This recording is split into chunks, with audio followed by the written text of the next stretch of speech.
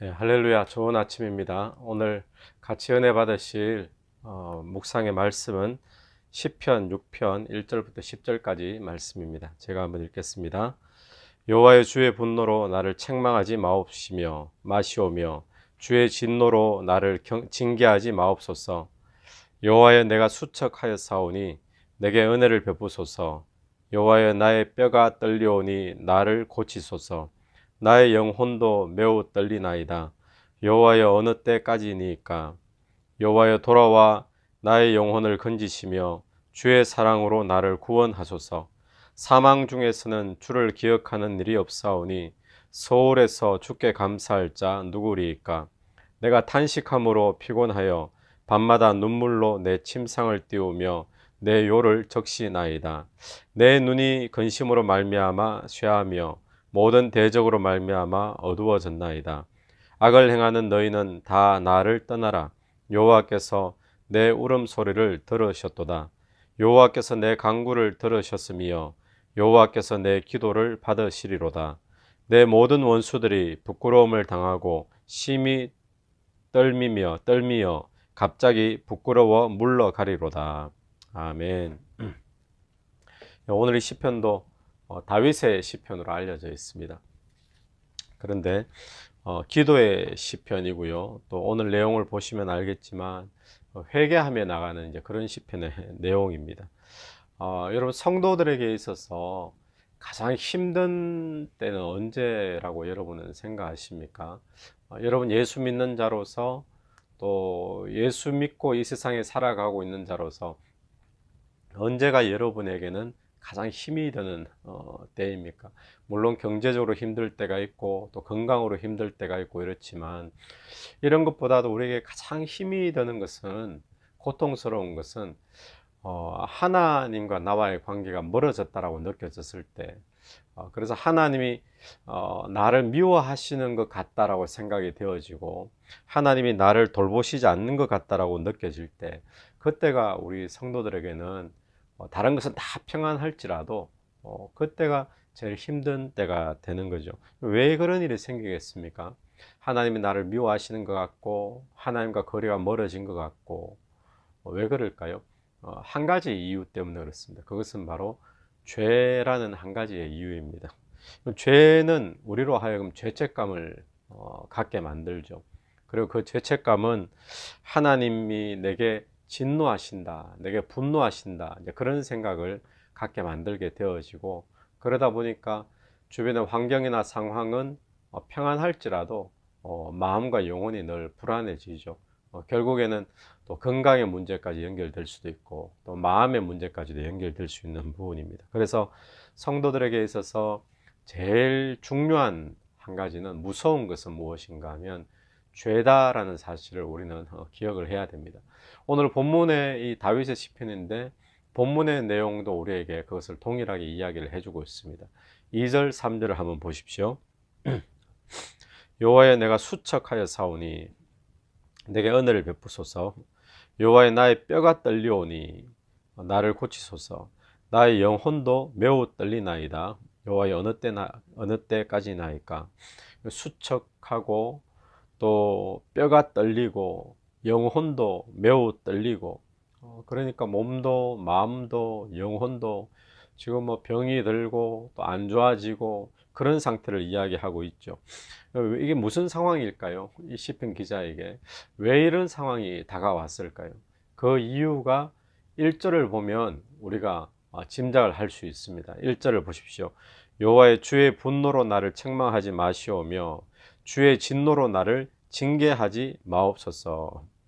주의 분노와 주의 진노, 내게 지금 임하지 않게 해달라고 그러죠.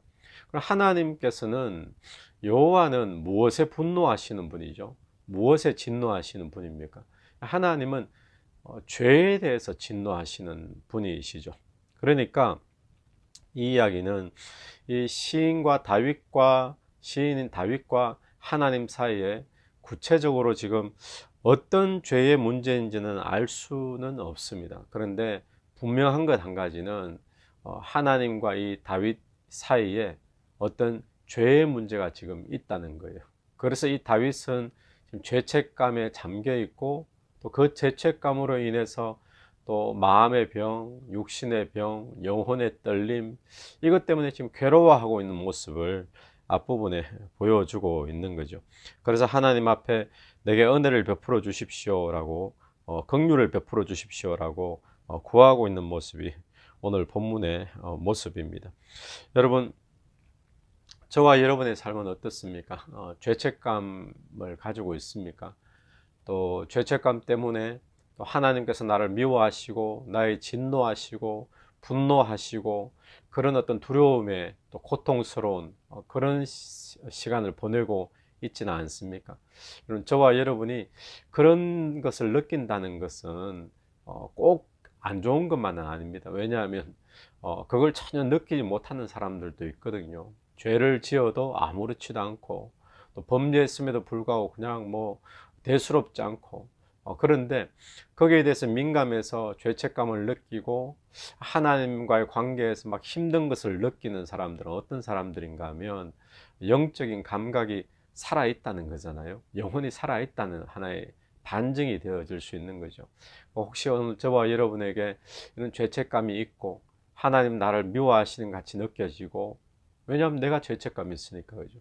또 하나님 나에게 진노하실 것 같고 이런 느낌이 있는 분이 있다면 그 고통스러움이 여러분의 회개로 연결되어지는 그런 은혜가 있게 되길 간절히 바랍니다. 오늘 다윗이 그런 모습인데, 오늘 5절, 4절 한번 보십시오. 4절을 보면, 5절입니다. 5절을 보면, 사망 중에서는 주를 기억하는 일이 없사오니 소홀에서 주께 감사할 자 누구이리까? 그렇죠. 사망 중에 있는 사람이 뭐 하나님을 기억합니까? 또 소홀 그러면 뭐죠? 무덤 또는 죽은 자가 가는 곳, 이렇게 우리가 볼 수 있는데, 거기에 떨어진 사람이 하나님 앞에 감사가 있습니까? 그러니까 이 이야기는 어떤 이야기인가 하면 지금 다윗의 자신의 상태를 이야기하고 있습니다. 하나님이 자기를 버리신 것 같은 상태가 사망이고, 자기를 버리신 것 같은 상태가 지금 소홀에 내려가 있는 상태고, 그렇게 되면 이미 끝나버리는데 하나님 내가 감사도 없고 주를 기억하는 일도 없을 텐데 그렇게 자기를 두지 말라라는 거예요. 그래서 6절에 내가 탄식함으로 피곤하여 밤마다 눈물로 내 침상을 띄우며 내 요를 적시나이다. 자신이 버림받았다라는 생각까지 들면서 침상을 다 젖을 만큼 눈물을 흘리고 잠을 이루지 못한다라고 지금 시편은 그렇게 표시를 하고 있죠. 그러면서 결론은 뭡니까? 자기의 상태만 이야기하는 것이 아니라 4절을 또 이야기합니다. 4절 다시 돌아가 보시면, 여호와여 돌아와 나의 영혼을 건지시며 주의 사랑으로 나를 구원하소서. 예.